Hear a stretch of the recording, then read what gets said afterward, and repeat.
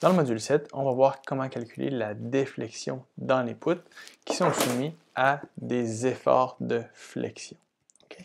On va voir comment ça peut être utilisé également, de façon à venir calculer quels sont les efforts internes dans des structures fléchies qui vont être iso et spécialement hyperstatiques. Donc, les objectifs qu'on avait vus pour les modules précédents, module 5, on était venu déterminer pour les éléments fléchis quels vont être les diagrammes d'efforts internes, efforts tranchants, moment fléchissant. Module 6, on avait vu comment calculer les contraintes internes, les contraintes normales de flexion, les contraintes de cisaillement. Ce qu'on vient voir maintenant dans le chapitre 7 ou dans le module 7, ce sont comment calculer les déflexions dans les poutres.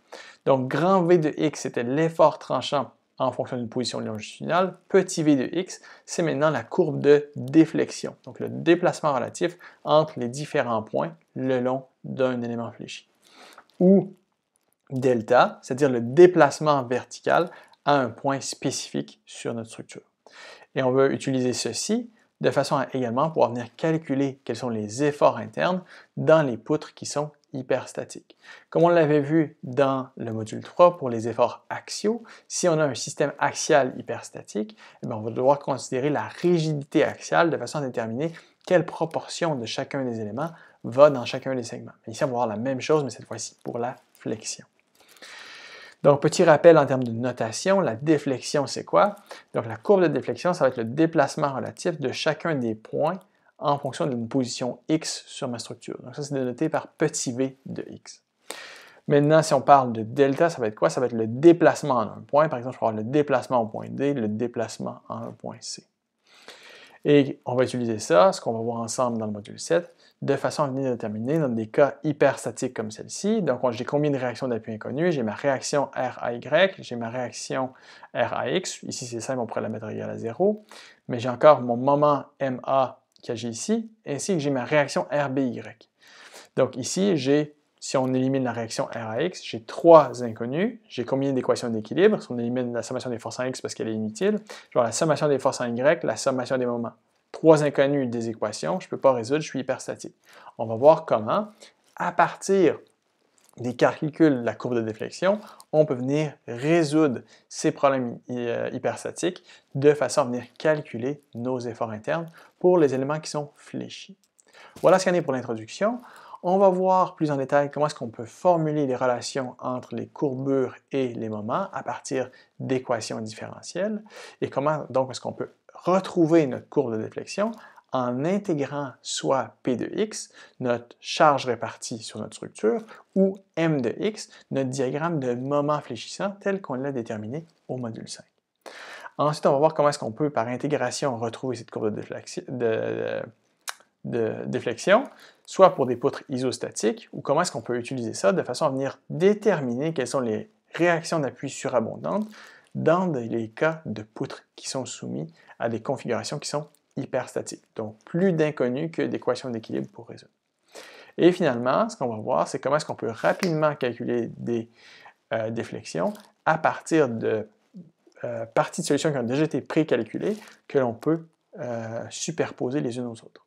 Donc, on est encore à un module de chargement de flexion, où cette fois-ci, on ne veut plus calculer quelles sont des contraintes internes, mais plutôt calculer quelle va être la courbe de déflexion pour une pièce soumise à des efforts de flexion. Dans la première partie, on va faire l'introduction à la déflexion. Qu'est-ce que la déflexion des poutres? Quelles sont les variables qui sont en jeu? Courbure, centre de courbure, déflexion, etc.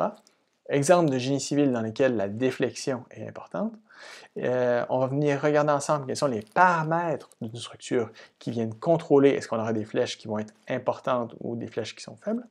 Et on va voir finalement comment est-ce qu'on calcule les flèches dans une structure. Donc en termes de définition, on a une structure générique ici, donc qui est encastrée du côté gauche, on a une charge répartie quelconque ici, on a un moment fléchissant concentré du côté droit. Donc ce qu'on a ici, comme dans la ligne rouge pleine, c'est ma courbe de déflexion, c'est-à-dire le déplacement relatif en tout point. Ce qu'on a ici, notre angle θ, ça va être la pente à un point donné. Donc V de x, c'est le déplacement pour une position x. θ de x, ou V' de x, ça va être sa pente. Ensuite, V de x, ça va être sa déflexion ou son déplacement. Et ρ, ça va être le rayon de courbure. Rappelez-vous les notions qu'on avait couvertes au module 6A, on a, pour un élément qui est fléchi, un profil de déflexion qui se fait selon un arc de cercle. Et donc ici, le rayon de cet arc de cercle, c'est ρ, mon rayon de courbure.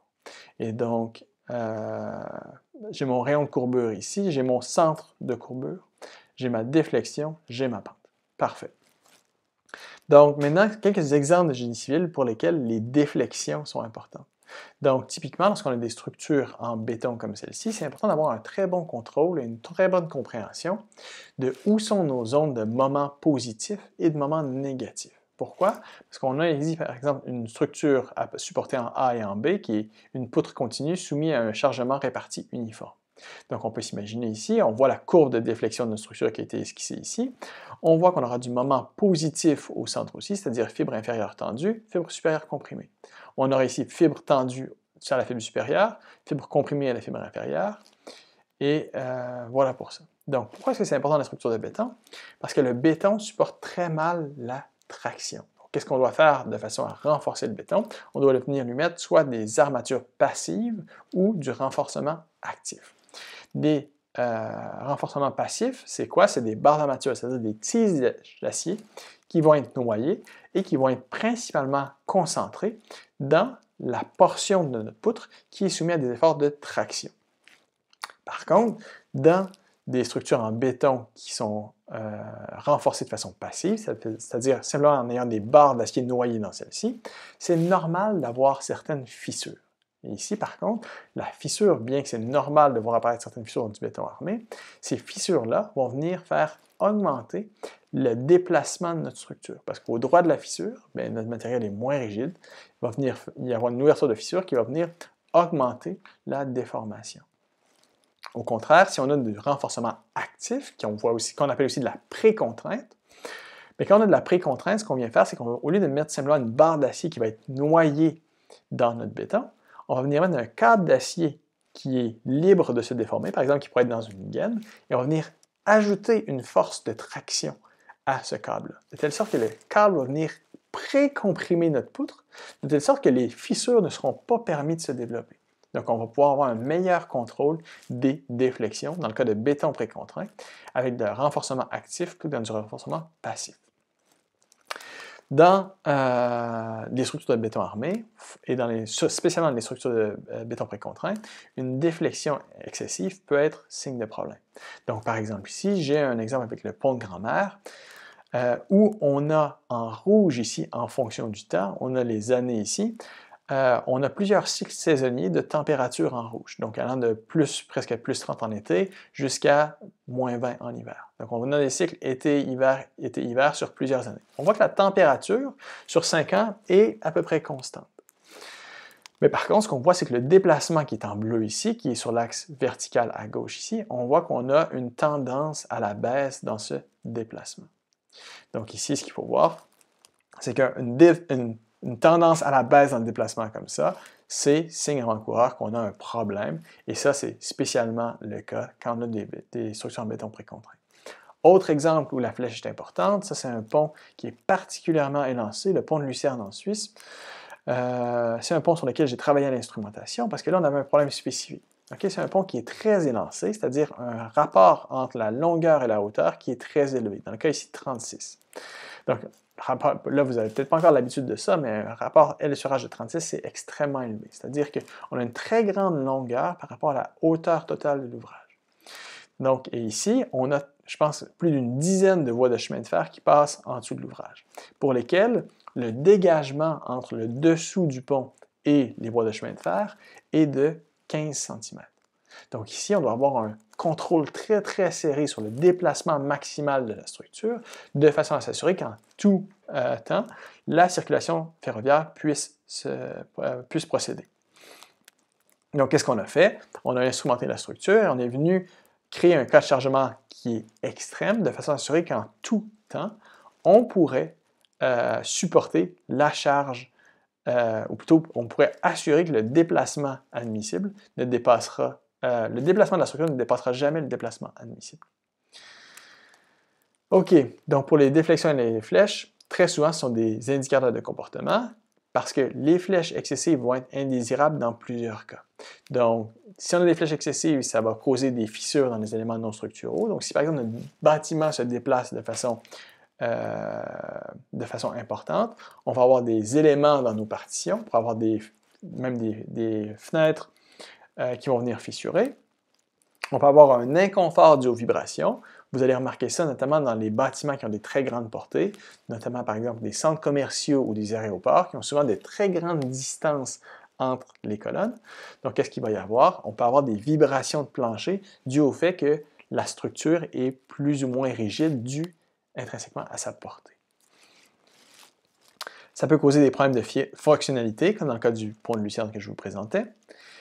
Et de façon à contrôler ces problèmes potentiels, les codes de construction vont venir spécifier une flèche maximale. Donc, typiquement, pour une poutre de plancher dans un bâtiment pour une charge vive, un critère type, ça va être L sur 360. Donc, si on applique un critère comme ça qui est similaire pour les ponts aussi, pour le pont de Lucerne, si on fait une longueur entre mes appuis de 80 mètres sur ce ratio de 360, j'obtiens 0,22 mètres. Donc, dans le cas du pont de Lucerne, j'avais un déplacement autorisé qui était de 15 cm. Donc, on voit qu'il est encore plus strict que ce qui est pour les normes en vigueur pour les bâtiments ou pour les ponts.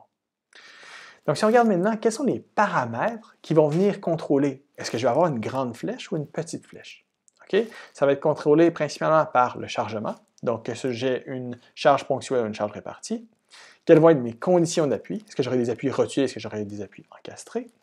Quel va être le matériau? Donc, dépendamment si j'ai un matériau qui est rigide comme l'acier, je vais pouvoir mettre une grande charge pour une même structure, versus si je mets du plastique, on peut s'imaginer que je vais supporter une très petite charge. Donc, le module élastique du matériau va venir influencer sa rigidité flexionnelle, mais également son inertie. Donc, si je plie une règle comme celle-ci selon son axe faible, bien, on voit qu'une très petite force peut engendrer de très grandes déflexions. Au contraire, si j'essaie de la plier selon son axe fort, mais je serais incapable de plier cette règle. Okay? Donc, qu'est-ce qui vient contrôler l'inertie? C'est l'espacement, ou plutôt la dispersion de la matière par rapport à son axe neutre. Plus j'ai une grande dispersion autour de l'axe de flexion, plus je serai rigide. Et donc, à la fin, ce qui vient contrôler, c'est le produit entre E et I, ma rigidité flexionnelle.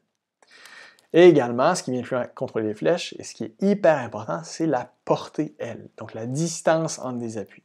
Pour une poutre comme celle-ci qui est simplement appuyée et qui est chargée à mi-portée, on voit mon profil de déflexion ici, et on peut déjà voir que le déplacement max à mi-distance va être PL cube sur 48 EI. On va voir plus tard aujourd'hui comment est-ce qu'on peut calculer ce type de relation-là.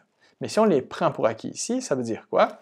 C'est que si je double ma longueur pour une même charge que je garde constante, un même matériau et une même inertie de poutre, mais je vais venir faire mon déplacement fois 2 puissance 3. Donc, je vais venir, en doublant la longueur, je viens multiplier par 8 le déplacement de ma structure. Donc, c'est pour ça, comme je vous le disais plus tôt, dans le cas de structures qui ont des très grandes portées, comme les centres commerciaux ou les aéroports, il peut venir difficile de contrôler les flèches, parce que si on veut garder des épaisseurs de plancher qui sont limitées, de façon à utiliser de façon efficace notre espace, mais il peut arriver qu'on va avoir une difficulté à venir contrôler les flèches si on a de grandes portées.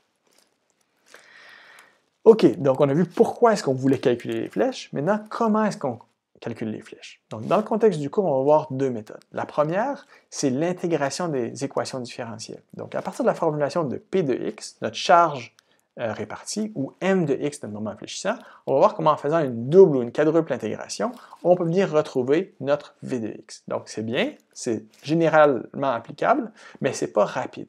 Okay? On va voir ensuite comment est-ce qu'on peut se calculer des cas types à partir de cette méthode d'intégration, qui vont déjà être recensés dans les tables, et ensuite utiliser ces cas classiques à l'aide de la méthode de superposition pour venir rapidement faire des calculs de vérification à la main pour calculer les flèches des structures. Il existe une panoplie d'autres méthodes, la méthode des déplacements qui sera couverte dans le cours Analyse des structures, la méthode des forces qui ne sera pas couverte ici, et la méthode du travail virtuel qui est derrière les éléments finis que vous allez voir en fin de parcours si vous prenez le parcours structure. Donc voilà, première partie du cours, on va voir comment est-ce qu'on peut voir les relations entre les charges appliquées ou les moments et les déplacement. Et ça, c'est à partir d'équations différentielles. On va venir revoir les signes et les conventions par rapport à la notation de moment, courbure, rayon de courbure, etc. Et ensuite, on va venir explorer plus en profondeur la relation moment-courbure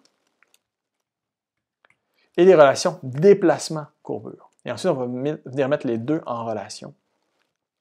Donc, en termes de signes et de conventions, donc imaginons qu'on a un axe longitudinal X, un axe vertical Y. Donc ici, ce qu'on veut faire, c'est qu'une poutre qui va être soumise à un effort de flexion va venir avoir une certaine déflexion. Donc si par exemple, j'ai un moment ici, M de X, si M de X est positif, mes fibres qui vont se retrouver en Y positif, c'est-à-dire au-dessus de l'axe neutre, vont se mettre à être comprimées.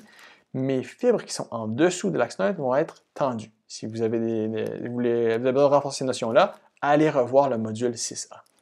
Donc, quand j'ai un moment positif, je vais avoir un centre de courbure qui va être au-dessus de l'axe neutre. Donc, mon ρ va être plus grand que 0 et mon déplacement va être positif également. Ma poutre va venir se déplacer vers le haut. OK, donc maintenant, quelles sont les relations entre mon moment interne dans ma structure, tel que représenté ici, en fonction d'une position X pour la structure donnée ici, quel va être le moment M de X? Ou j'ai une structure avec une charge répartie ici, j'ai une charge ponctuelle, 2 appuis, et ce qu'on voit en rouge ici, ça va être mon profil de déflexion, donc le déplacement en tout point dans ma structure. On voit qu'il est nul au niveau des appuis et qu'il va être maximal en dessous de ma charge C. Donc, quelle est la relation entre mon moment et ma courbure? Donc, on peut voir que la courbure, ça va être égal à quoi? Ça va être égal à 1 sur ρ, donc l'inverse de mon rayon de courbure. Et on sait que le moment, c'est EI sur ρ.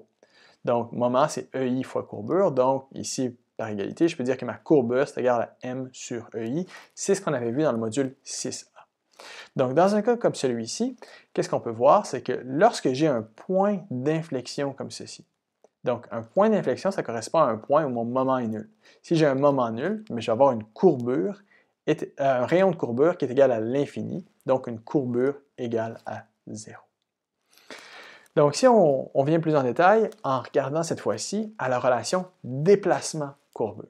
OK, on va regarder ça par rapport au diagramme qu'on a ici. C'est encore une fois notre axe longitudinal X, notre plan de déformation ou notre plan de déplacement Y. Donc, on vient regarder un petit bout de poutre qu'on vient isoler ici. Donc, ici, je vais dire que mon angle de rotation θ, bien, par l'hypothèse des petits déplacements, petites déformations, je peux dire que c'est à peu près égal à la tangente de mon angle θ, parce que mes angles de rotation sont très petits. Donc, je vais pouvoir écrire dans ce cas-là que la limite, lorsque mon épaisseur de tranche que je considère Δx tend vers 0, cet angle θ, ça va être ΔV. Petit v, rappelez-vous, c'est ma courbe de déflexion, donc c'est le déplacement en tout point. Donc, le changement de déplacement entre le côté droit et le côté gauche de ma section considérée pour une épaisseur de tranche Δx. Donc, quand la limite tend vers 0, c'est équivalent à dv dx. Donc, où Δx ici, la longueur de tranche, va être égale à Δs, la longueur de mon segment ici pour lequel j'aurai une déflexion, fois cosinus θ. Mais encore une fois, par hypothèse des petits angles, mon Δs va être à peu près égal à S en faisant une erreur d'approximation qui est négligeable.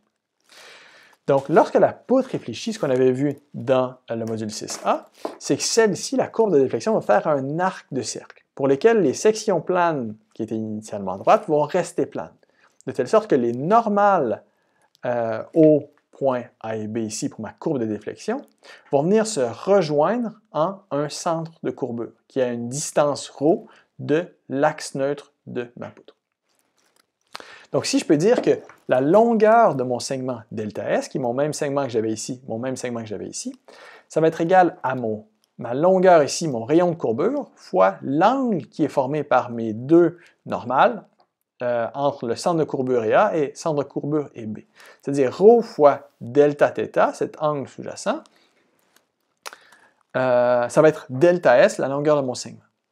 Donc, par définition, on avait vu dans le module 6A que kappa, ma courbure, est égale à l'inverse de mon rayon de courbure. Donc, la limite lorsque Δs, la longueur de segment considérée, et donc, par conséquent, Δθ tend vers 0, mais je peux dire que Δθ sur Δs va être égal à dθ sur dx.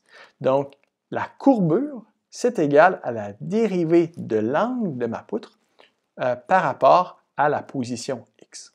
Et donc ici, par conséquent, je peux dire que la dérivée de ma rotation, bien, ça veut dire, si je fais l'intégrale,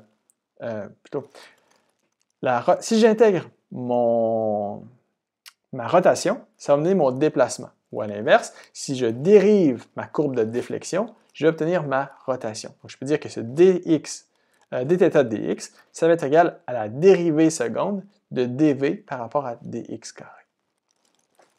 Donc maintenant, pour ce qui est des relations moment-courbure, parce que c'est ce qui va m'intéresser à la fin. Pas moment-courbure, moment-déflexion. Donc ici, j'avais déflexion-courbure. Maintenant, je cherche moment-déflexion. Donc, on avait déjà défini que ma courbure 1 sur ρ, ou plutôt ma relation courbure-moment, donc 1 sur ρ qui est ma courbure, versus le moment, ça va être courbure est égal à m sur EI. Donc, à la diapositive précédente, on avait défini que ma relation courbure-déflexion, c'est 1 sur ρ, ma courbure est égale à la dérivée seconde de mon déplacement par rapport à dx. Donc, si je veux maintenant trouver quelle va être la relation moment-déflexion, je peux mettre les deux égaux l'un à l'autre. Donc, je vais avoir la dérivée seconde de ma déflexion va être égale à mon moment en tout point divisé par EI. Donc ici, je peux venir représenter EI si j'envoie le EI de l'autre côté. Donc, ma rigidité flexionnelle fois la dérivée seconde de ma déflexion par rapport à x va être égale à mon moment m de x. Donc ça, c'est la relation clé qu'on va utiliser. Donc, faisons un petit rappel des relations effort-déflexion. Donc, en ce qui a trait à V de x et petit v de x, P de x et V de x. Donc, P de x, ça va être ma charge répartie. V de x, ça va être mon effort tranchant en fonction de la position x. M de x, ça va être mon moment fléchissant en fonction de la position x. Donc, on avait vu dans le module 5 que la dérivée de mon moment, ça me donne mon effort tranchant. La dérivée de mon effort tranchant, ça me donne ma charge répartie. Donc, maintenant, ce qu'on avait vu à la diapositive précédente, c'est que la rigidité flexionnelle fois la dérivée seconde de ma courbe de déflexion, c'est égal à mon moment fléchissant. Donc, de façon équivalente, je peux dire que si je fais la dérivée de mon moment, ça va me donner ici la dérivée de ce que j'ai ici, c'est-à-dire la dérivée, le EI fois la dérivée troisième de ma courbe de déflexion, ça va être égal à mon effort tranchant. Et si je dérive ça une fois supplémentaire, donc je dérive ce que j'avais trouvé ici, donc la dérivée quatrième de ma déflexion, ça va être égal à la formulation de ma charge répartie. Okay? Donc ça, c'est les équations différentielles que l'on veut utiliser. Pourquoi? Parce que si je connais par exemple P de x, mais je sais qu'en intégrant 4 fois ceci en divisant par EI, je vais pouvoir retrouver V de x. Au contraire, si je connais M de x, je peux diviser par EI ici, et en intégrant 2 fois, je vais pouvoir retrouver V de x.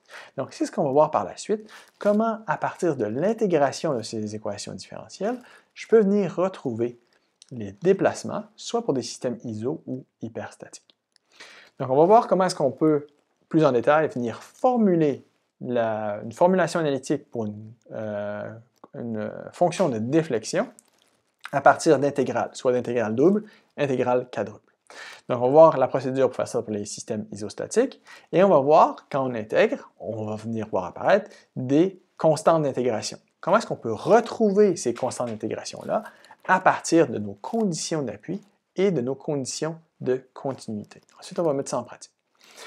Donc, première partie, on va voir comment est-ce qu'on peut utiliser la méthode de double intégration d'ordre 2 qui va être utilisée lorsque on connaît notre formulation analytique pour m de x, notre diagramme de moment fléchissant. Donc, dans ce cas-là, on peut dire que la dérivée seconde de ma courbe de déflexion est égale, comme on l'avait vu précédemment, à m de x sur EI. Donc, dans le cas ici, je peux dire que la dérivée première de ma courbe de déflexion va être égale à V' de x, c'est-à-dire l'angle de ma poutre en fonction de la position x. Donc, si je fais ça, ça veut dire c'est quoi? Je fais une première intégrale de m de x divisée par EI. Donc, l'intégrale de 0 à x, donc la partie initiale jusqu'à une position x, de m de x sur EI, et là, ici, plus C1. Okay? Dès que je fais une intégrale, je vais venir voir apparaître une constante d'intégration. Donc, moi, ce que je cherche, ce n'est pas V' de x, c'est V de x. Donc, je vais devoir intégrer ça une deuxième fois. Donc, pour obtenir V de x, je dois intégrer V' de x, encore une fois par rapport à dx. Donc, cette fois-ci, je fais une deuxième intégrale que j'avais ici. Donc, je vais avoir mon m fois dx carré plus c1x, parce que j'avais déjà c1, plus c2. Donc, je viens maintenant avoir deux constantes d'intégration que je dois trouver. Donc, ces constantes C1 et C2 doivent être calculées à partir à la fois des conditions d'appui et des conditions de continuité qui sont spécifiques à votre problème. Donc, avant de voir comment calculer ces constantes C1 et C2, on peut voir la méthode de quadruple intégration, une méthode d'ordre 4. C'est-à-dire, on va utiliser ça lorsque, plutôt qu'être en mesure de formuler m de x analytiquement, on peut formuler p de x, l'expression pour ma charge répartie. Dans ce cas-là, on sait que la dérivée d'ordre 4 de ma courbe de déflexion va être égale à P de x sur EI. Donc, dans un cas comme celui-ci, on va faire la même chose, mais cette fois-ci, on va voir apparaître 4 constantes d'intégration, C1, C2, C3 et C4. On va venir encore une fois, déterminer à partir des conditions d'appui ainsi que des conditions de continuité. OK, donc comment est-ce qu'on fait ça de façon générale pour calculer la déflexion dans des systèmes qui sont isostatiques? Donc, tout d'abord, je vous conseille tracer le profil de déflexion anticipé de façon à la fin, pouvoir vérifier si les résultats que vous obtenez numériquement sont consistants avec, de façon quantitative, ce que vous aviez tracé. Deuxième étape, identifier quelles pourraient être les discontinuités au niveau des appuis ou au niveau des charges, soit dans votre moment fléchissant, soit dans votre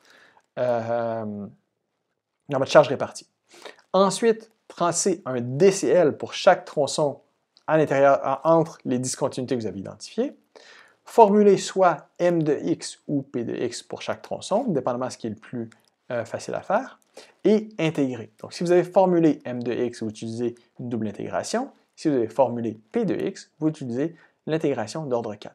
Donc, si vous avez m de x, vous aurez deux constantes d'intégration. Si vous utilisez l'ordre 4, vous aurez 4 constantes d'intégration. Et ensuite, qu'est-ce qu'on fait? On vient identifier ces constantes d'intégration à partir des conditions d'appui et de continuité. Une fois que vous aurez les constantes d'intégration, vous avez directement une formulation analytique qui va vous donner en n'importe quelle coordonnée x sur la structure, quel est son déplacement. Donc, vous pouvez utiliser cette formule-là de façon à calculer le déplacement pour n'importe quelle coordonnée spécifique x en fonction du chargement appliqué ainsi que de la rigidité flexionnelle de l'élément que vous avez. Donc, la clé ici pour faire ça, c'est de vraiment bien comprendre quelles vont être ces conditions d'appui et conditions de continuité qui vont nous permettre de trouver ces constantes d'intégration. Donc, dans un cas comme celui-ci, où j'ai un porte-à-faux où j'ai plutôt une poutre qui va être encastrée, si je fais la méthode du deuxième ordre, où j'aurai formulé m de x, mais je sais que pour ce point encastré-là, le déplacement va être nul, ainsi que l'angle de rotation, puisque c'est un encastrement, va être nul. Okay? Donc, je peux utiliser ça. Si je fais l'intégration par quatrième ordre, j'ai également la même information. Si j'ai maintenant un appui qui est simplement supporté, je sais qu'au point ici, le déplacement va être nul, mais cette fois-ci, le déplacement, la rotation plutôt, V', ne sera plus nul et pour l'instant inconnu. Ensuite, méthode du quatrième ordre, je vais savoir que mon déplacement est nul et ainsi que mon moment est nul. Je vais pouvoir utiliser ça de façon à trouver mes constantes d'intégration. Lorsque j'ai un bord libre, je n'ai pas de condition frontière pour la méthode du deuxième ordre. Je sais pour la méthode du quatrième ordre que mon effort tranchant est nul, mon moment infléchissant est nul. Lorsque j'ai une charge concentrée, j'ai rien pour la condition du deuxième ordre. J'ai mon effort tranchant qui va être égal à P0 et j'ai aucun moment infléchissant. Si j'ai un couple concentré au bord libre, j'ai rien à ma méthode du deuxième ordre. J'ai mon effort tranchant est nul au bord libre, mon moment infléchissant va être égal à moins M0, le couple concentré ici. Donc, ça c'était pour les conditions d'appui. Qu'est-ce qui arrive pour les conditions de continuité? Par exemple, au droit d'un appui ici, de part et d'autre. Qu'est-ce que je sais? Je sais que du côté gauche et du côté droit, les deux déplacements vont être égaux à 0 parce que c'est un appui. Mais je sais également que l'angle de rotation au droit d'un appui va être égal de part et d'autre. Donc, même si je ne connais pas exactement quel est l'angle de rotation, je sais que de part et d'autre de ma discontinuité ici, je devrais avoir le même angle de rotation. Donc, j'ai la même chose pour la méthode du quatrième ordre, mais en plus, je sais également que de part et d'autre de cet appui-là, par continuité, je dois avoir les mêmes moments de part et d'autre. Si j'ai une discontinuité dans ma charge répartie, bien, je sais que mes déplacements de part et d'autre doivent être les mêmes, l'angle de part et d'autre doivent être les mêmes. J'ai la même chose pour la méthode du quatrième ordre, mais en plus, je sais que je dois avoir égalité des efforts tranchants et égalité des moments fléchissants de part et d'autre. Si j'ai un couple concentré, bien, j'ai encore une fois l'égalité des déplacements, égalité des rotations. J'ai la même chose pour la méthode du quatrième ordre, mais en plus, je sais qu'il va y avoir un saut dans mon diagramme d'effort tranchant. Donc, V2 moins V1 doit être égal à la charge concentrée, et j'ai égalité des moments de part et d'autre d'une discontinuité ici. Si j'ai un couple concentré, j'ai encore même égalité pour les déplacements et les rotations. J'ai le même effort tranchant de part et d'autre, mais cette fois-ci, je sais que j'aurai un saut dans mon diagramme de moment, de telle sorte que M2 moins M1 va être égal à mon couple concentré. Donc ici, c'est moins mon couple concentré, dépendamment du sens dans lequel on l'a posé. Finalement, si j'ai un assemblage rotulé entre deux barres, je sais que le déplacement pour le côté gauche et le côté droit vont être contraints par cet assemblage-là, donc vont être égaux. Je ne saurais pas quel va être le déplacement, je ne saurais pas quelle va être la relation relative. Mais je sais que le déplacement d'une barre et de l'autre devront être contraints l'une à l'autre. Pour ce qui est de la méthode du quatrième ordre, je sais en plus qu'il va y avoir un saut dans mon diagramme de moment, mais que dans les deux cas, le moment est nul parce qu'il s'agit ici d'un joint qui est rotulé. OK, donc regardons un exemple où on peut venir mettre ça en application. Donc, j'ai une poutre ici simplement appuyée en A et en D, et j'ai une charge de 16 kN à une distance de 1 mètre de mon appui A. Donc, j'ai déjà pu calculer mes réactions d'appui, 12 kN de ma réaction en A, 4 kN de ma réaction en D. J'ai une poutre rectangulaire de hauteur 80 mm, largeur de 60, et j'ai un module élastique de 200 GPa de l'acier ici. Donc, les questions auxquelles on doit répondre, calculer l'équation de la déformée V de x, calculer la flèche sous la charge, et calculer la flèche maximale, qui ne va pas arriver ici nécessairement au même endroit où on a la charge. OK, donc le plan de résolution ici, on va tout d'abord venir formuler M de x, notre moment fléchissant en fonction d'une position x pour nos segments AB et BD. AB, c'est à gauche de la charge, BD, ça va être à droite de la charge. V de x, ma courbe de déflexion va être obtenue en faisant la double intégrale du n de x que j'ai fait ici. J'aurai des conditions frontières que je devrais identifier de façon à venir trouver quelles sont mes constantes d'intégration qui seront apparues ici. Donc, une fois que j'ai ça, je vais pouvoir calculer mon déplacement sous ma charge, c'est-à-dire à 1 mètre de mon appui gauche. Et ensuite, je devrais identifier mon x étoile, c'est-à-dire le x pour lequel je vais avoir mon déplacement maximal. Et je sais que mon déplacement maximal va être obtenu lorsque la dérivée du déplacement par rapport à ma position x va être égale à 0, c'est-à-dire lorsque l'angle de rotation va être nul. OK, donc première étape, formuler M de x pour mes segments AB et BD. Donc on a notre structure qui est représentée comme ceci. Si je commence par définir mon diagramme d'effort tranchant, donc j'ai une réaction de 12 kN, j'aurai un effort tranchant de plus 12 ici, j'ai rien entre A et B, donc j'aurai quelque chose de constant, j'ai un saut de moins 16 ici, donc je passe de plus 12 à moins 4, j'ai rien entre B et D, donc je suis constant, je reviens à 4, j'ai équilibre. Ensuite, pour mon moment fléchissant, je peux calculer, je sais que j'ai 0 au point A au point D de par les conditions d'appui. Donc, si je veux calculer la magnitude de mon moment sous le point d'application de la charge, je sais que c'est là que j'aurai le moment max. Je calcule ici l'air sous la courbe, donc 12 kN fois une longueur de 11 mètres, ça me donne 12 kN/m. Je sais que comme je suis constant ici, je vais être linéaire et linéaire. Parfait. Donc là, ce que je dois faire, c'est venir formuler mon équation M de x pour mes deux segments ici. Donc, pour trouver ma courbe de déflexion, je devrais trouver déjà par double intégration de mon M de x divisé par EI, quel est ce résultat-là. Donc, on commence pour mon segment AB ici, à gauche du point d'application de ma charge. Donc, pour x entre 0 et 1 mètre.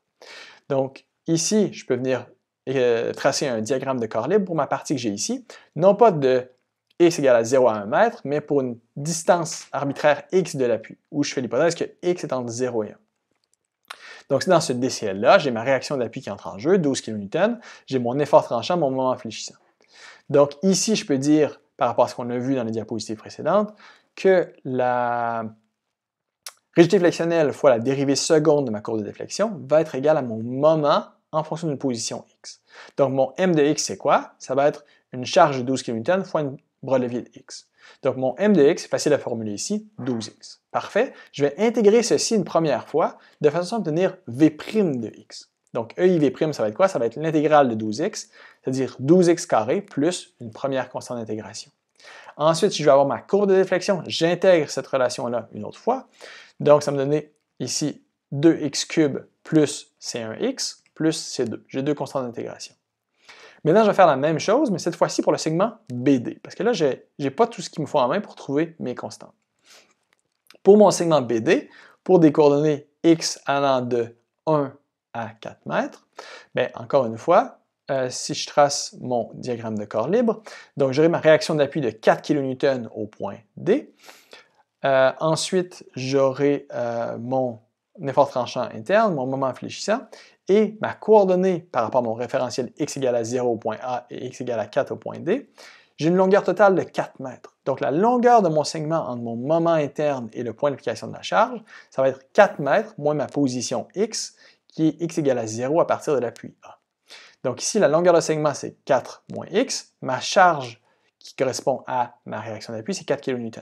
Donc je peux dire ici que EIV' de x, la dérivée seconde de ma courbe de déflexion, qui est égale à mon moment de x que je cherche, ça va être quoi? 4 kN fois un bras de levier de 4 moins x. Parfait, j'intègre ça une première fois.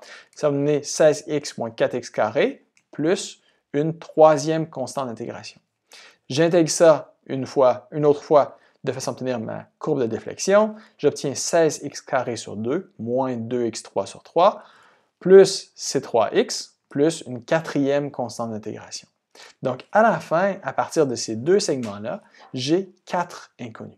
Donc, ces 4 inconnus-là vont devoir être trouvés à partir des conditions aux appuis et des conditions de compatibilité que j'ai entre mes deux segments AB et BD. Donc, les conditions de compatibilité que j'ai ici au point B.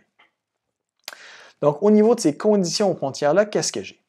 Donc, pour la déflexion de ma courbe, de ma poutre que j'ai ici, j'ai au point B mon point d'application de la charge, j'ai aucune déflexion au point A, aucune déflexion au point D. C'est-à-dire que V de 0 est égal à 0, V de 4 mètres également est égal à 0. Donc, au point B, qu'est-ce que j'ai? Je sais que le déplacement delta B au point B va être le même pour mon segment AB que pour mon segment BD. Donc, je pourrais avoir une condition d'égalité ici. Et finalement, je sais que mon x étoile, c'est-à-dire la position pour laquelle j'aurai mon déplacement max, va se retrouver ici à droite de ma charge, pour laquelle mon v' de x va être égal à 0. Okay? Donc ici, si on commence, pour mon segment AB, je sais d'abord que mon v à x égale à 0 est égal à 0. Donc je peux utiliser ici les équations qu'on avait trouvées ensemble, en disant que pour mon segment AB, 2x3 plus C1x plus C2, je sais que si j'évalue ça à x égale à 0, v de x est égal à 0. Donc c'est ce que je fais ici, j'évalue ceci en sachant que v de x est égal à 0 si je remplace x par 0. Donc ça me donne ici C2 est égal à 0. J'ai trouvé ma première constante d'intégration. Pour mon segment AB, je sais également qu'à x égale à 1 mètre, je peux calculer delta B, qui va être égal à ce que je pourrais calculer avec mon deuxième segment. Donc, V est égal à delta B, donc ça me dit que EI fois V de x qui est égal à delta B. J'utilise encore cette même relation-là, mais pour x est égal à 1. Donc, ça me dit ici que EI delta B va être égal à 2 plus C1. Okay? Donc, pour l'instant, je dois garder ça comme ça. Je dois mettre en relation davantage d'équations. Je vais aller prendre mon segment BD maintenant. Donc, je savais que mon déplacement au point B va être le même de part et d'autre de mon tronçon. Donc, pour la x égale à 1 pour mon tronçon AB ou pour x égale à 1 pour mon tronçon BD. Donc, je peux faire la même chose pour mon tronçon BD. Donc, EI fois V de x, c'est égal à delta B. Ça va être égal à maintenant cette deuxième relation que j'avais déterminée pour mon segment BD.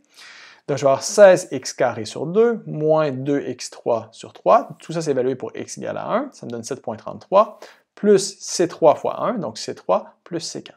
Donc, si je viens simplifier ça, ça me donne EI delta B est égal à 7,33 C3 plus C4. Donc, on peut s'imaginer que je devrais, par la suite, pouvoir mettre en relation ces deux équations-là pour simplifier celle-ci. J'ai besoin d'une autre équation. Donc, ici, je peux dire que pour mon segment BD, à x est égal à 4, j'ai un déplacement V de 4 qui est égal à 0. Donc, ici, je prends mon équation qu'on avait déjà déterminée. Pour dire 16 fois 4 au carré sur 2 moins 2 fois 4 la cube sur 3 plus C3 fois 4 plus C4 va être égal à 0. Donc ici, ça me permet de simplifier. 0 va être égal à 85,3 plus 4C3 plus C4. Okay? Donc, dernière équation que je peux faire, c'est venir dire que j'ai une conditions de compatibilité également, non seulement sur les déplacements, mais aussi sur l'angle de rotation. Donc, je sais que l'angle de rotation de mon segment AB à x égale à 1 doit être égal à l'angle de rotation de mon segment BD à x égale à 1. Donc, la dérivée, c'est-à-dire l'angle de rotation pour mon segment AB à x égale à 1 doit être égal à la dérivée de l'angle de mon segment de rotation pour le segment BD. Donc, si je vais mettre en relation mon EIV' de x et mon EIV' de x pour x égale à 1, je vais dire que 12x carré sur 2, ça c'est égal à 6 pour x égale à 1 plus C1, va être égal à 16 fois 4x carré sur 2 pour x égale à 1 plus C3.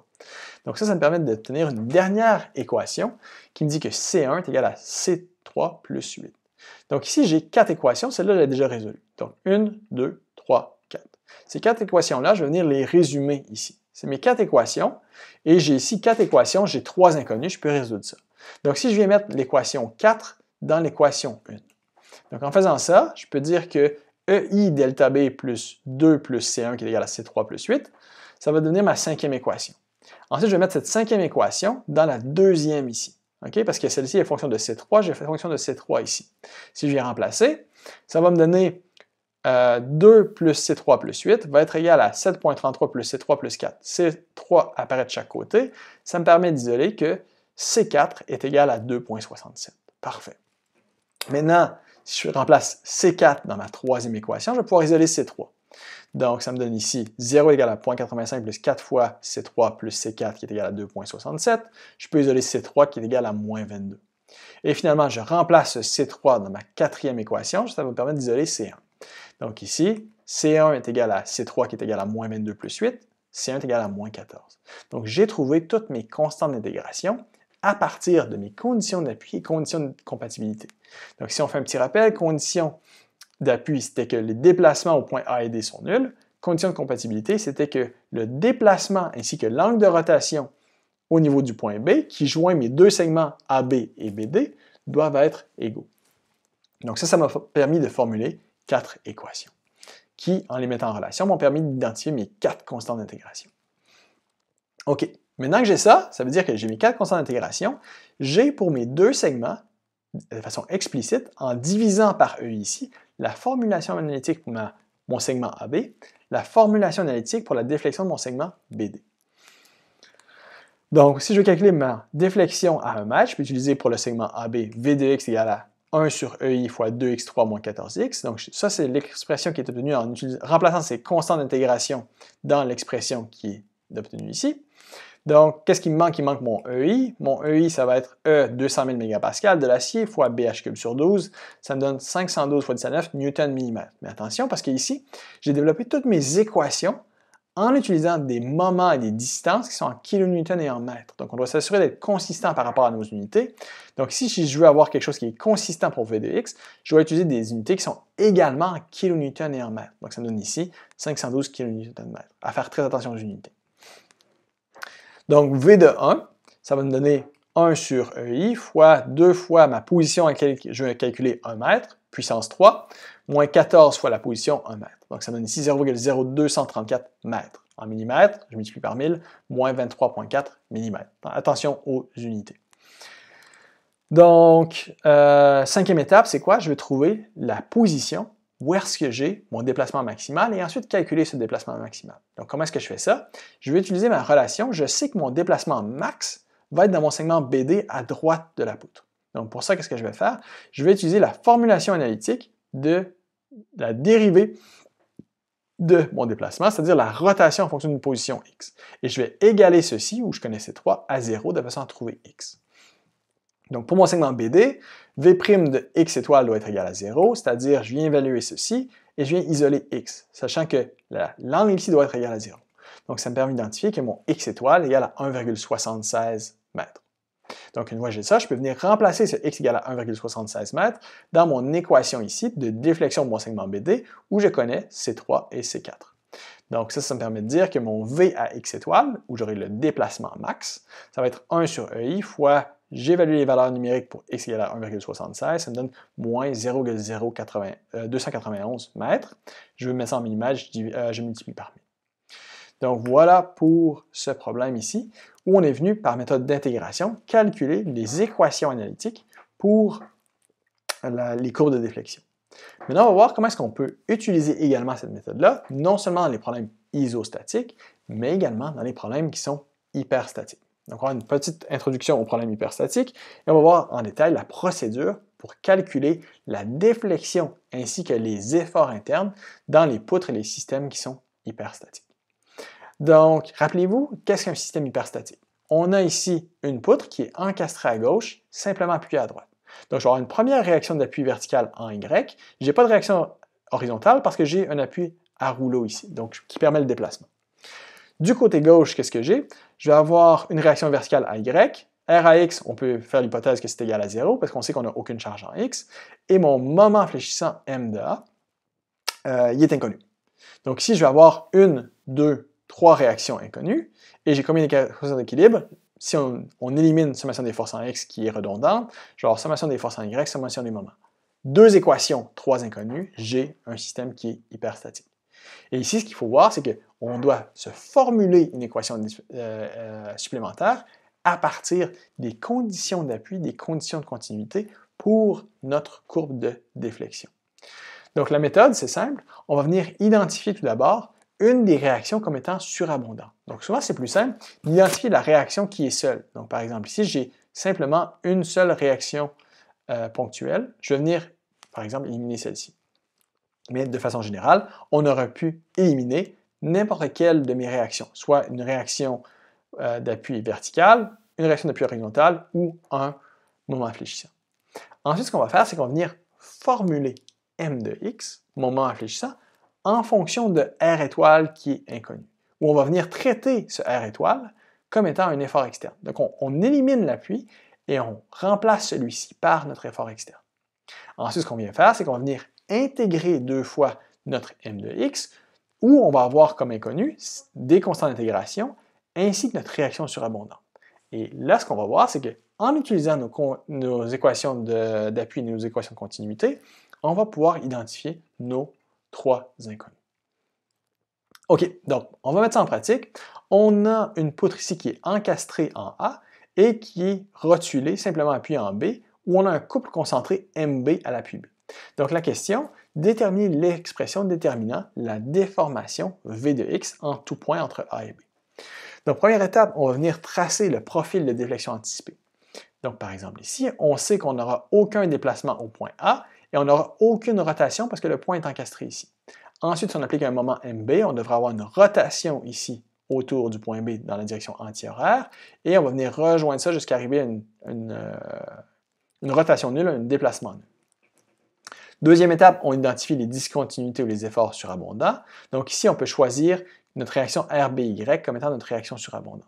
On aurait pu choisir d'autres réactions, on aurait obtenu une relation finale qui est en tout point équivalente.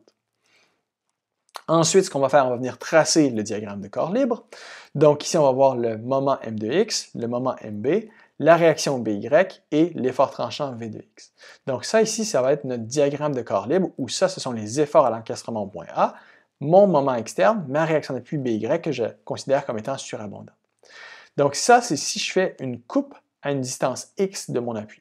Donc si j'ai une longueur totale L, je fais une coupe à une distance X, la longueur du segment résultant ici, ça va être L moins X. Pourquoi est-ce que je veux faire ça? Parce qu'à la fin, on veut venir formuler de façon explicite M de X. Donc pour formuler M de X, je vais faire une sommation des moments autour de l'axe Z qui sort de l'écran ici par rapport au point A. Donc ça doit être égal à 0. Donc ça me dit que M de X va être égal à mon moment externe MB plus ma réaction d'appui surabondante qui est pour l'instant inconnue, fois un bras de levier de L moins X. Donc, et ça, mon moment, on a vu quand on a formulé nos équations différentielles que c'est égal à ma rigidité flexionnelle fois la dérivée seconde de ma courbe de déflexion. Donc si j'intègre 2 fois cette relation-là, je vais pouvoir trouver mon déplacement. Donc j'intègre M de X 2 fois. Donc, en intégrant une première fois, j'obtiens ma rotation. Donc, si je fais ça, je vais obtenir la relation suivante, qui est maintenant en fonction de x2, et j'ai une première constante d'intégration qui apparaît. Je vais intégrer ceci une deuxième fois. Donc, je vais obtenir cette formulation-là, où j'ai maintenant C1 et C2. Et notez également que mon BY, qui est ma réaction surabondante, apparaît dans ma formulation pour la rotation et ma fonction de déflexion. Parfait. J'ai maintenant 3 inconnus. Je dois trouver C1 et C2, mes deux constantes d'intégration, ainsi que BY, ma réaction surabondante. Donc, comment est-ce que je fais ça? Donc, je vais regarder quelles sont mes conditions d'appui connues. Donc, je sais que à x est égal à 0, parce que c'est un encastrement, j'ai aucune rotation. Donc, V' de 0 est égal à 0. Donc, j'ai mon équation ici pour V'. Deuxième condition que je connais, je sais qu'à x égale à 0, je n'ai pas de déplacement, c'est un encastrement. Donc, V de 0 est égal à 0. J'ai mon équation ici. Donc, j'ai deux équations, j'ai 3 inconnus, ça va me prendre une troisième condition. Je sais qu'à x est égal à L, à mon appui B, j'ai également une absence de déplacement parce que c'est un appui. Donc, V de L est également égal à 0, je vais pouvoir utiliser ça. Donc, je vais avoir 3 conditions, 3 équations, 3 inconnus, je vais pouvoir résoudre. Donc, si j'évalue mes inconnus, je dis que EI fois V' de 0 ici devrait être égal à C1. Parce que si je remplace par x est égal à 0, il me reste que 0 est égal à C1. Parfait. Deuxième équation, je sais que mon déplacement est nul. Donc, si j'évalue ma deuxième équation ici pour x est égal à 0, j'obtiens que C2 est égal à 0. Troisième équation, EIV de L, j'évalue cette équation-ci pour x est égal à L.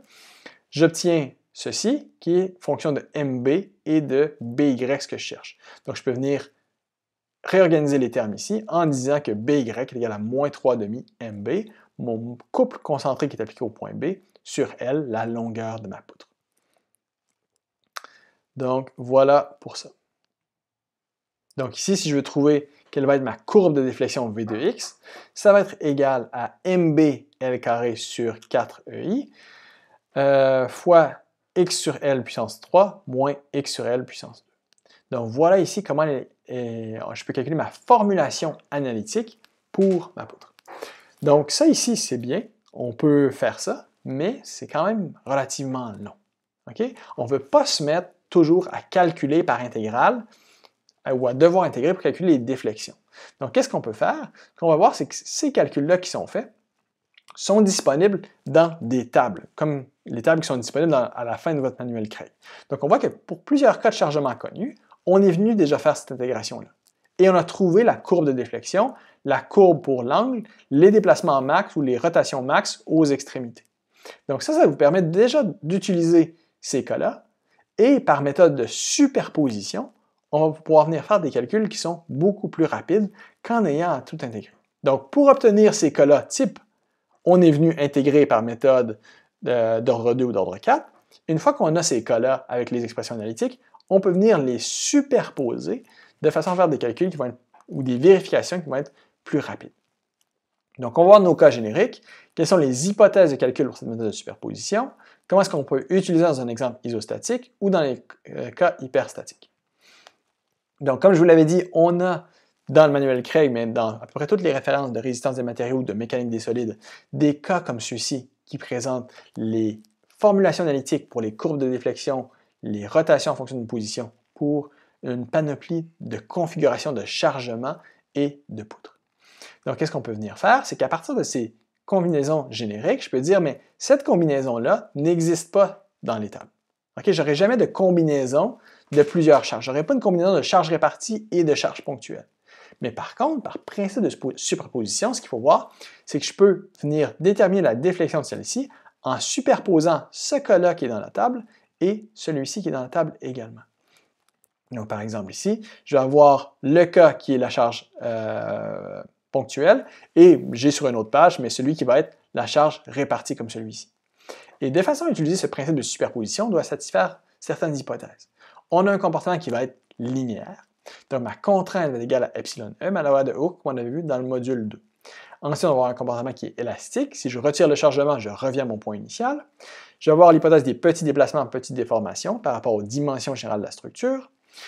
Et si ces hypothèses-là, ces conditions-là sont satisfaites, mais je peux utiliser la superposition des effets de plusieurs charges de façon à venir calculer mes déflexions. Et ça va grandement accélérer le calcul, et c'est ce qui peut être utilisé en pratique pour vérifier les calculs qui ont été obtenus à partir d'un calcul par ordinateur.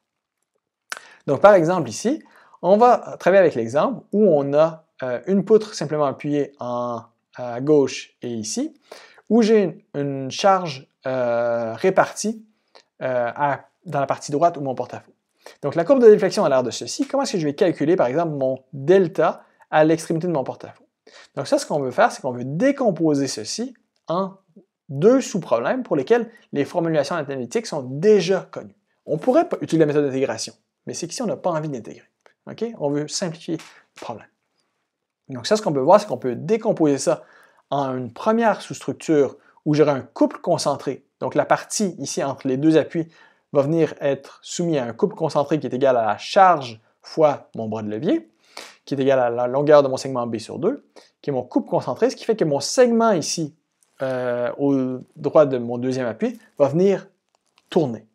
Cette rotation-là va venir faire tourner mon segment ici de longueur B, et également mon segment de longueur B, sous l'effet de la charge répartie, si je calcule la déflexion pour un segment qui est encastré, j'aurai sa courbe de déflexion également. Donc la superposition de la rotation d'un segment droit causée par la rotation de ma poutre ici, plus la courbe de déflexion au point à l'extrémité ici pour un chargement réparti, la somme des deux va me donner mon déplacement delta que je cherche ici. Donc, qu'est-ce qu'on va faire? On va faire une première ici déflexion qui est obtenue en faisant la rotation pour mon deuxième appui fois une longueur B. Donc ici, on fait l'hypothèse que mon segment va rester droit. Donc, mon θ fois ma longueur B va me donner mon delta 1. Et mon delta 2, c'est simplement l'effet d'un porte-à-faux ici qui est soumis à une charge répartie W, va se déplacer également de delta 2. Donc delta 1 plus delta 2 va me donner mon delta total. OK. Donc comment est-ce qu'on fait ça?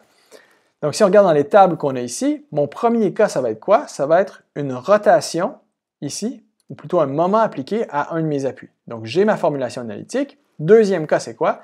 C'est un chargement ici pour une poutre qui est encastrée. J'ai mes équations. Donc ces équations-là sont les mêmes que j'aurai ici. Donc mon angle de rotation pour l'application d'un moment ici, ça va être MA sur 3EI, où A, ça va être la longueur de mon segment. Donc laissez-moi voir ici. Juste pour être sûr que A, c'est la bonne chose. Ouais. Ou mon moment ici, ça va être quoi? Ça va être mon W, ma charge répartie, fois B, la longueur, sur 2, parce que j'ai un bras de levier ici qui était de 1 mètre. Non.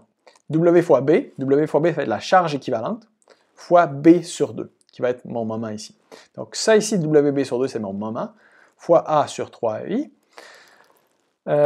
Ou ici, mon delta 1, qui est mon déplacement causé par la rotation de mon appui ici, ça va être mon angle fois la longueur B, donc delta fois B. Donc ça va me donner WAB puissance 4 sur 6i.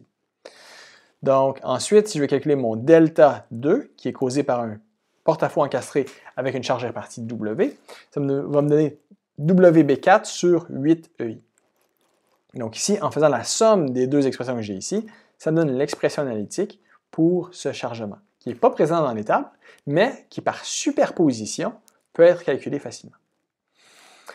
Donc maintenant, comment est-ce que je peux utiliser ce même principe de superposition si je veux calculer quelles vont être les réactions superabondantes dans des systèmes qui sont hyperstatiques? Et en fait, c'est très similaire. Donc ce que je vais faire, par exemple ici, j'ai mon porte-à-faux encastré en A, simplement supporté en B, pour lequel j'ai une charge répartie ici entre A et la mi-portée. Donc ça ici, je n'ai pas ce cas-là dans mes tables. Par contre, j'ai un porte-à-faux avec une charge uniforme qui va être répartie jusqu'à une certaine coordonnée A, et je vais avoir un deuxième où j'ai un porte-à-faux avec une charge ponctuelle à l'extrémité. Et je sais que si je calcule le déplacement pour ces charges externes, j'aurai un certain déplacement. Et je sais que, pour l'instant, ma réaction au point B est inconnue. Par contre, je sais que pour une réaction donnée RB, je peux calculer quel va être le déplacement. Et je sais qu'à la fin, si je fais la sommation du déplacement causé par les charges externes, plus le déplacement causé par une charge inconnue RB, ça me permet d'isoler RB. Donc, la méthode, c'est quoi? C'est de rendre le système isostatique en remplaçant ma réaction d'appui par une force surabondante.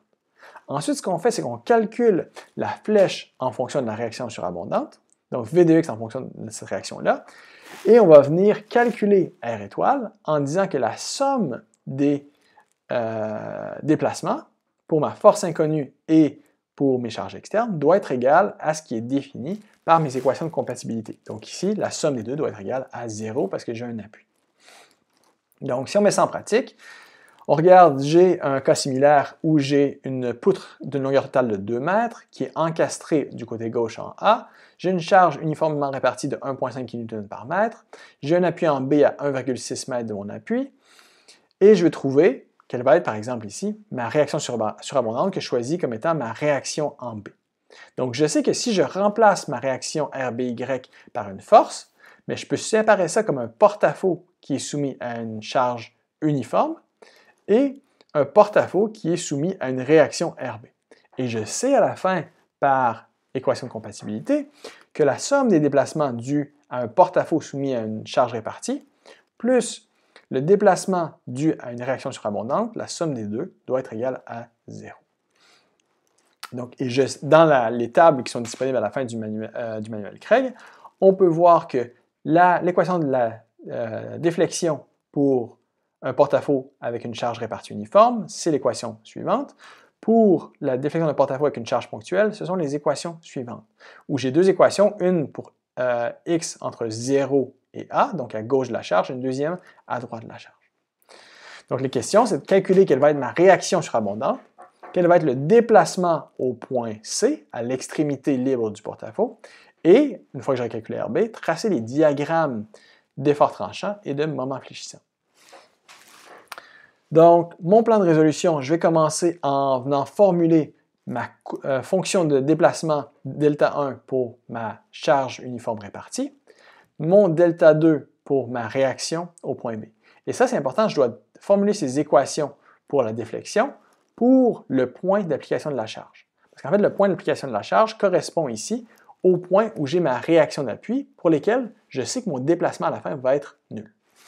Ensuite, par compatibilité des déplacements, je veux dire que ces deux courbes de déflexion pour ma réaction d'appui ou au niveau de la réaction d'appui vont être nulles, ce qui va me permettre d'isoler RB. Une fois que j'ai RB, je peux tracer V de x, M de x, et une fois que j'ai ça, j'aurai également, à partir des relations que j'ai ici, je vais pouvoir, en superposant les deux équations, trouver mon déplacement au point C en faisant la superposition des deux calculs ici, pour lesquels je vais remplacer P par RB.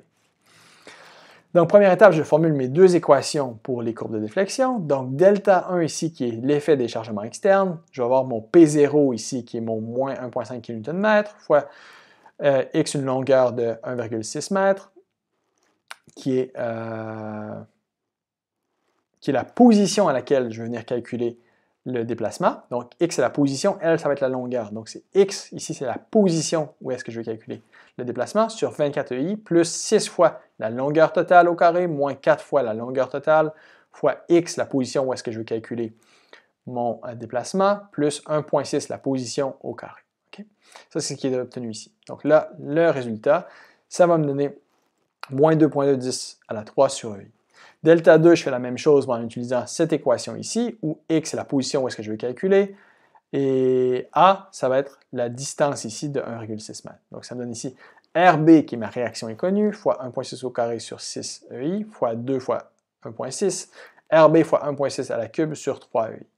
Donc par compatibilité de déplacement, je sais que Δ1 plus Δ2, calculé pour un x égal à 1,6 m, au niveau de la position de mon appui en B, doit être égal à 0. Donc en faisant la sommation des deux qui doit être égale à 0, je peux isoler RB, qui est égal ici à 1,61 kN.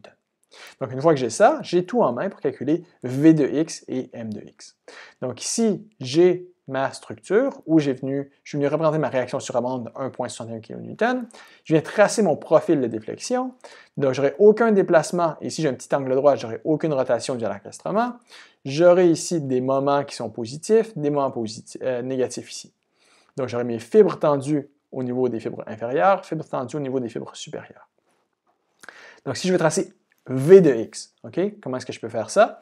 Mais je sais par exemple que ici, mon effort tranchant, ça va être quoi? Ça va être 1,5 kN fois ma distance de 2 mètres, plus, donc ici c'est en négatif, plus mon 1,61 ma réaction surabondante, je vais avoir mon 1,39. Ici, j'ai un bord libre, donc je sais que j'aurai aucun effort tranchant. L'effort tranchant ici, ça va être quoi? Ça va être mon moins 1,5 fois 0,4 m. Donc, ça va être un effort tranchant qui est positif à 0,6 kN. J'ai un saut de 1,61 et comme ici j'ai quelque chose de constant, j'aurai quelque chose de linéaire entre les deux. Donc, je sais ici que au point où j'ai mon effort tranchant qui est nul, j'aurai mon moment max. Donc, comment je trouve ce point-là? Je sais qu'ici, ma valeur c'est 1,39 et la pente de ceci, c'est la valeur de ma charge répartie 1,5 kN. Donc, si je divise la valeur ici, l'ordonnée à l'origine, par la pente, je vais trouver l'intersection ici où j'ai égal à 0. Donc, 1,39 sur 1,5, ça me donne 0,93 m, la coordonnée où j'ai mon effort tranchant nul. Maintenant, je regarde pour mon moment fléchissant. J'aurai au niveau de l'appui ici mon moment fléchissant qui peut être calculé simplement par équilibre en disant, mais j'ai un effort équivalent pour ma charge répartie de 1,5 kN fois 2 mètres fois un bras de levier de 1 mètre. Et ça vient s'ajouter l'effet de ma réaction externe, 1,61 m fois un bras de levier de 1,6. Donc si je fais le calcul, je vais obtenir moins 0,42. Donc ensuite, qu'est-ce qui se passe si je regarde l'appui? À l'extrémité, je sais que j'ai aucun moment. Je peux déjà mettre mon moment fléchissant égal à 0. Parfait. Qu'est-ce qui se passe entre les deux? Ici, je peux trouver mon moment fléchissant comme étant mon moment moins 0,42 plus l'air sous la courbe dans mon diagramme d'effort tranchant. Donc 1,39 fois 0,93 m. Donc je fais la sommation des deux, ça va me donner 0,22. Je sais qu'ici, j'ai quelque chose de quadratique parce qu'ici, j'ai quelque chose qui est linéaire. Entre le point où j'ai mon déplacement max et l'appui, qu'est-ce que j'ai? Je viens prendre ma valeur de 0,22, je viens ajouter l'air sous la courbe, moins 1,01 fois, ici j'ai 1,6 m moins 0,93, ça va me donner moins 0,12. J'ai quelque chose qui est quadratique, parce que j'ai quelque chose qui est linéaire ici. Et encore une fois, quelque chose qui est quadratique ici. Donc voilà comment on peut déterminer facilement nos réactions d'appui, pas nos réactions d'appui, nos efforts internes pour l'effort tranchant du moment fléchissant.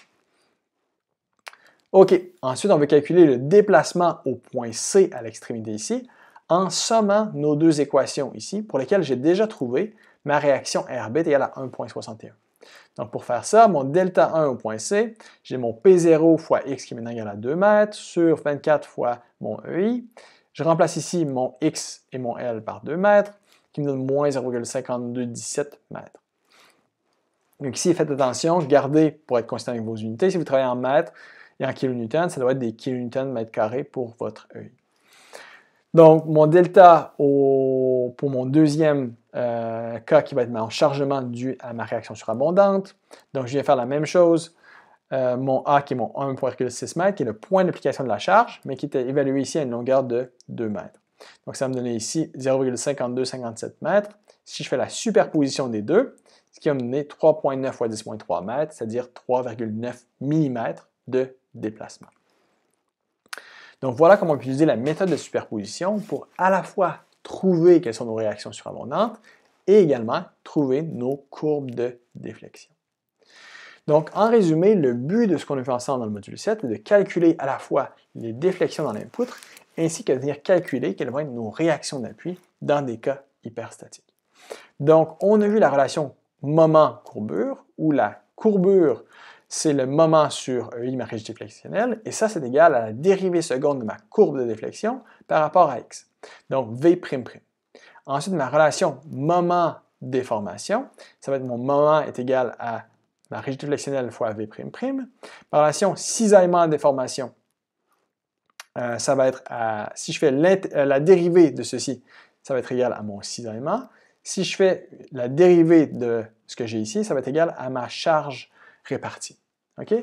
Donc, en faisant l'intégrale quadruple de ma charge, je peux obtenir V. En faisant l'intégrale double de mon moment, je peux obtenir ma courbe de déflexion. Donc, pour les poudres ibiso et hyperstatiques, par intégration, je peux obtenir directement les équations analytiques pour n'importe quel cas. Ou, en intégrant une première fois, j'obtiens V' de x. En intégrant une deuxième fois, j'obtiens V. Ou, si je pars de m de x, je verrai deux constantes d'intégration apparaître. Je devrais trouver ces constantes d'intégration à partir des conditions d'appui et des équations de compatibilité entre les discontinuités de mes sections. Si je pars de p de x, je devrais intégrer 4 fois, j'aurai 4 constantes d'intégration, mais c'est la même chose qui va arriver.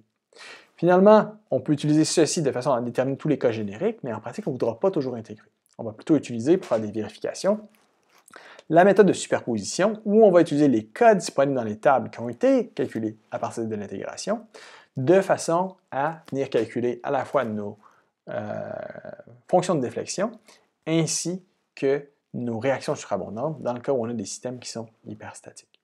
Ça conclut le module 7 ici.